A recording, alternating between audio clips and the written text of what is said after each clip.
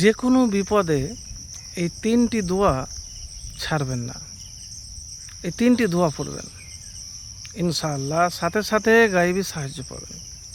এবার আপনি বিপদে পড়ে গেছেন, সে বিপদ কঠিন, মুক্তির কোনো পথ দেখতে পাচ্ছেন বা মুক্তির আশা দেখতে পাচ্ছেন না। তা আমি এতটুকুন বলবো, যখনই কোনো বিপদে পড়বেন তখন কিন্তু হতাশ হবেন না।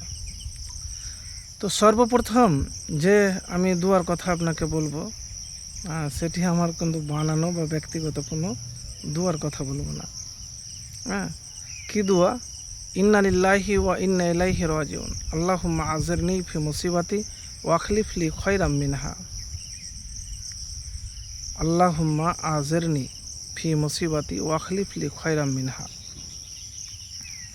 তো এই দোয়া আপনি মিস করবেন না। তো সর্বপ্রথম যে আমলের কথা আপনাকে বললাম, একবার এই আমল করে দেখুন, ইনশাল্লাহ ফলাফল পাবেন। তারপরে দ্বিতীয় যে দোয়ার কথা বলবো, রব্বি আন্নি মাগলুবুন ফান্তাসির। রব্বি আন্নি মাগলুবুন ফান্তাসির। রব্বি আন্নি মাগলুবুন ফান্তাসির। তো এই আমল করবেন, দুটি দোয়া। তারপরে 3 নম্বর দোয়া হলো, কি দোয়া জানেন? সেটি হলো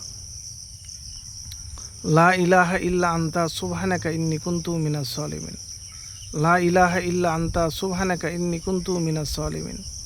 লা ইলাহা ইল্লা আনতা সুবহানাকা ইন্নী কুনতু মিনাজ জালিমিন।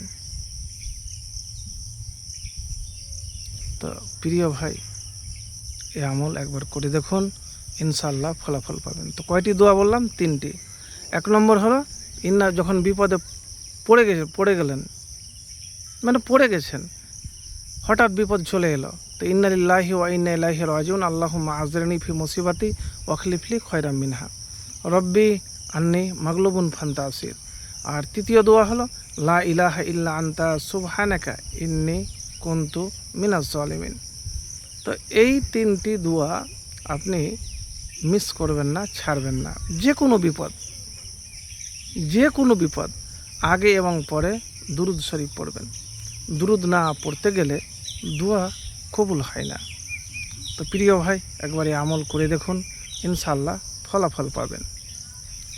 আর একটি কথা আপনাকে বলবো, দেখেন বিপদে পড়লে মাথাটা ঠান্ডা রাখবেন, অত হতাশ হবেন না।